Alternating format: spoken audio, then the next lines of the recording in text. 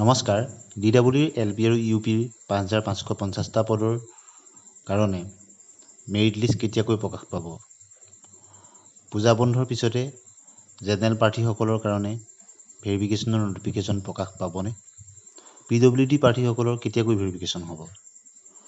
মুখ্যমন্ত্ৰী মহোদয়ে আজি শিক্ষক নিযুক্তি সম্পৰ্কত যি ঘোষণা কৰিলে, তেখেতে কৈছে যে LP আৰু UPৰ ঠিকাভিত্তিক শিক্ষকসকলৰ নিয়মীয়াকৰণ সম্পন্ন হোৱাৰ পিছতে হাইস্কুলত কৰ্মৰত ঠিকাভিত্তিক শিক্ষকসকলৰ নিয়মীয়াকৰণৰ কামত এতিয়া তেওঁলোকে মনোনিৱেশ কৰিব।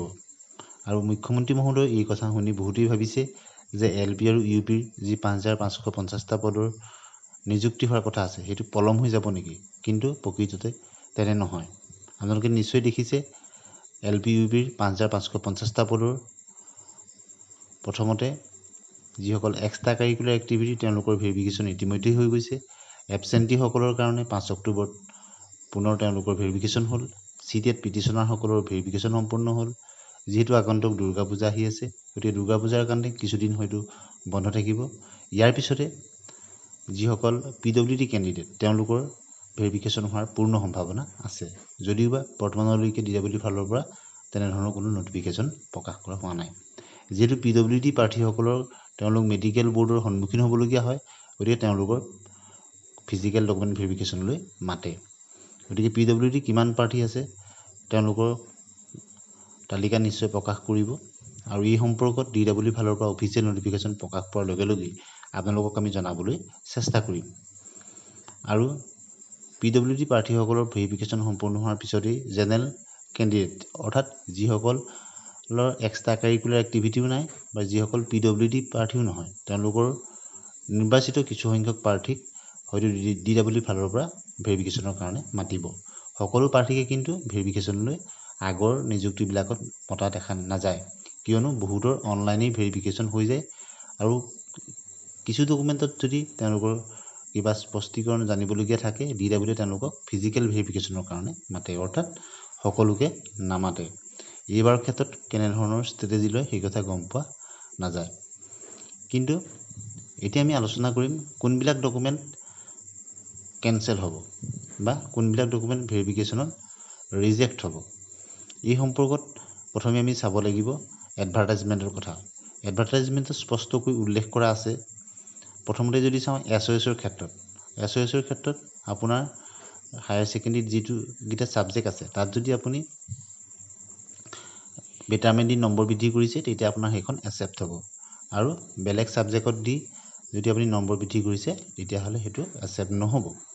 দ্বিতীয়তে বহিৰাজ্যৰ যিসকল ডিগ্ৰী বা ডিপ্ল'মা, সেই ক্ষেত্ৰত অসম চৰকাৰে বা শিক্ষা বিভাগৰ শিক্ষামন্ত্ৰী মহোদয়ে ইতিমধ্যেই কৈছে যে NCT ৰিকগনাইজ অনুষ্ঠানৰহে ডিগ্ৰী ডিপ্ল'মা গ্ৰহণ কৰা হ'ব, আৰু ODL মোডৰ বা ডিষ্টেঞ্চ মোডৰ ডিগ্ৰী ডিপ্ল'মাৰ ক্ষেত্ৰত অসমত তাৰ চেণ্টাৰ থাকিব লাগিব আৰু NCTৰ এপ্ৰুভ হ'ব লাগিব।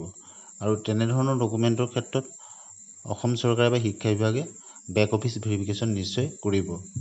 ইয়াৰ পিছতে আমি আলোচনা কৰিম এক্সট্ৰা কাৰিকুলাৰ এক্টিভিটি যিসকল স্পৰ্টছ, কালচাৰেল বা NCCৰ ডকুমেণ্ট, সেই ডকুমেণ্টসমূহ ইতিমধ্যেই ফিজিকেল ডকুমেণ্ট ভেৰিফিকেশ্যন হৈ গৈছে। তাৰ কাৰণে অসম চৰকাৰে 3জনীয়া কমিটিও গঠন কৰি দিছিল, আৰু বিজ্ঞাপনত উল্লেখ থকা মতে NCCৰ ক্ষেত্ৰত C চাৰ্টিফিকেট থকাসকলে 5 নম্বৰ পাব আৰু B চাৰ্টিফিকেট থকাসকলে 3 নম্বৰ লাভ কৰিব।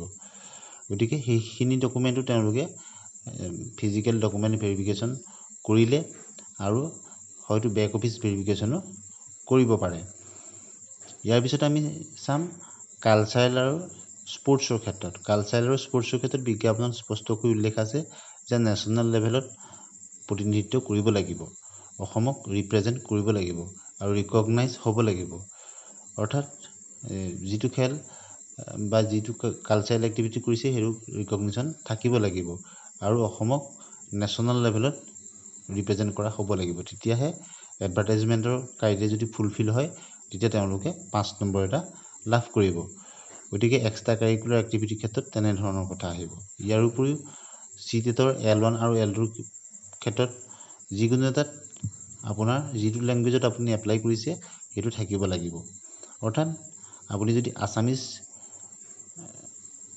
মিডিয়ামত আপুনি এপ্লাই কৰিছে তেতিয়াহ'লে আছামিজটো আপোনাৰ L1 বা L2 থাকিব লাগিব সেই কথাটো কিন্তু এডভাৰটাইজমেণ্টত স্পষ্টকৈ উল্লেখ আছে গতিকে এইখিনি কথাৰ পৰা আমি এটা কথা গম পাম বহুতেই কাট অফ কমিব নে বাঢ়িব গতিকে কাট অফ সম্পৰ্কত বহুখিনি কথা বা বহুখিনি ভিডিঅ'ত আমি উল্লেখেই কৰিছোঁ কি কি কাৰণত কাট অফ কমি যাব আৰু কি কি কাৰণত হয়তো কাট অফ কিছু বাঢ়ি যাব পাৰে গতিকে সেই বিষয়ে আকৌ পুনৰ আমি আলোচনা নকৰোঁ কিন্তু এটা কথা যিমানখিনি ইজি কেণ্ডিডেট ওলাইছে সিমানখিনি কেণ্ডিডেট কিন্তু তেওঁলোকে নম্বৰ লাভ কৰাৰ সম্ভাৱনা নাই বহুতেই তাৰ পৰা বাদ পৰিব অৰ্থাৎ এডভাৰটাইজমেণ্টৰ ক্ৰাইটেৰিয়া ফুলফিল কৰা সকলেহে তেওঁলোকে নম্বৰটো লাভ কৰিব গতিকে ফিজিকেল ডকুমেণ্ট ভেৰিফিকেশ্যন বা শিক্ষক নিযুক্তিৰ সম্পৰ্কত এইখিনি আপডেট আপোনালোকলৈ আগবঢ়াই দিলোঁ শেহতীয়া আৰু বহুতেই টেটকাম ৰিক্ৰুইটমেণ্টৰ সম্পৰ্কেও জানিব বিচাৰে কিন্তু টেটকাম ৰিক্ৰুইটমেণ্টৰ সম্পৰ্কত বৰ্তমানলৈকে অফিচিয়েল কোনো নটিফিকেশ্যন প্ৰকাশ কৰা নাই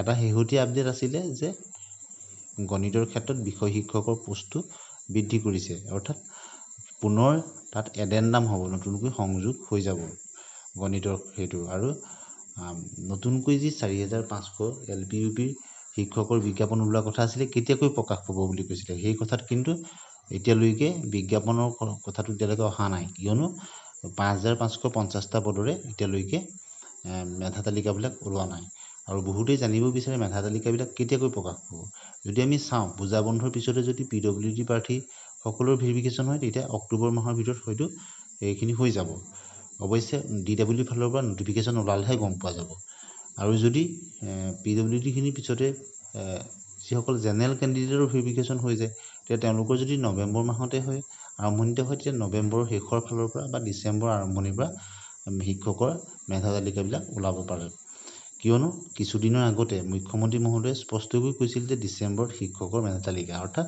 এটা পদ্ধতিগতভাৱে শৃংখলাবদ্ধভাৱে শিক্ষা বিভাগে বা অসম চৰকাৰে সকলোখিনি নিযুক্তি আগবঢ়াই নিছে আপোনালোকে নিশ্চয় দেখিছে ADR ক্ষেত্ৰত গ্ৰেড 3 পৰীক্ষাখিনি সম্পন্ন হৈ গৈছে আৰু অক্টোবৰৰ শেষৰ ফাললৈ গ্ৰেড 4ৰ কাৰণেও পৰীক্ষাবিলাক অনুষ্ঠিত হ'ব গতিকে এতিয়া বৰ্তমান ঠিকাভিত্তিক শিক্ষকসকল বিশেষতঃ হাইস্কুলত কৰ্মৰত শিক্ষাভিত্তিক শিক্ষকসকলৰ ৰেগুলাৰাইজেশ্যনৰ কামটো আৰম্ভ হ'ব বুলি মুখ্যমন্ত্ৰী মহোদয়ে জনাইছে অৰ্থাৎ সেইখিনি কামো আগবঢ়াই নিব আপোনালোকে নিশ্চয় দেখিছিলে স্পেচিয়েল ৰিক্ৰুইটমেণ্ট ড্ৰাইভৰ দ্বাৰা LPUPৰ 24,000ৰ অধিক শিক্ষকক নিয়মীয়াকৰণ কৰিলে গতিকে এতিয়া মাধ্যমিক পৰ্যায়ত থকা ঠিকাভিত্তিক শিক্ষকসকলৰ নিয়মীয়াকৰণৰ ক্ষেত্ৰত মনোনিৱেশ কৰিছে বুলি তেখেতে আজি জনাইছে গতিকে সেই ৰেগুলাৰাইজেশ্যনৰ কাৰণে LPUPৰ যিখিনি কাম চলি আছে সেইখিনি কেতিয়াও পিছুৱাই নাযায় সেইখিনি যিহেতু কাম চলি আছে গতিকে তেনেদৰে আগবাঢ়ি যাব গতিকে আপোনালোকে